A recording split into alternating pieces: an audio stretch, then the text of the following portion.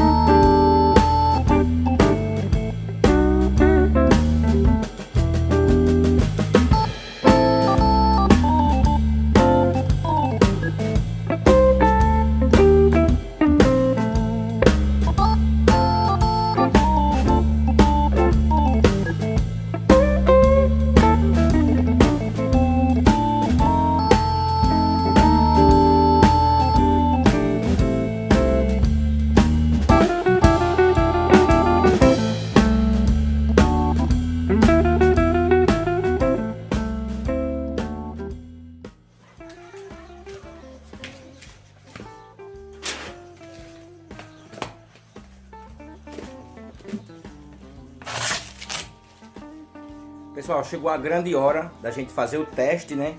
Eu vou deixar aqui na descrição as medidas desse ferro, desse aqui.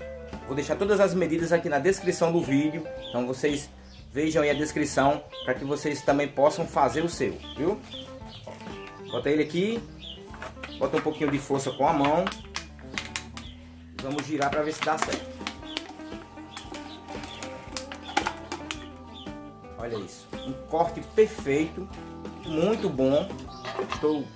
Fiquei bastante contente com o resultado. Então eu espero que vocês também possam fazer o de vocês. E se vocês não conseguirem fazer, me manda uma mensagem lá no meu direct, @GeorgeAbrantes, que a gente pode tentar vender um desse para você, tá bom? Eu vou dar uma pintada, vou organizar ele bem direitinho e mostro para vocês o resultado.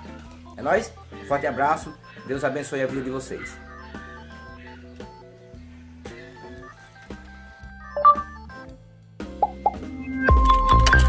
Audio Jungle.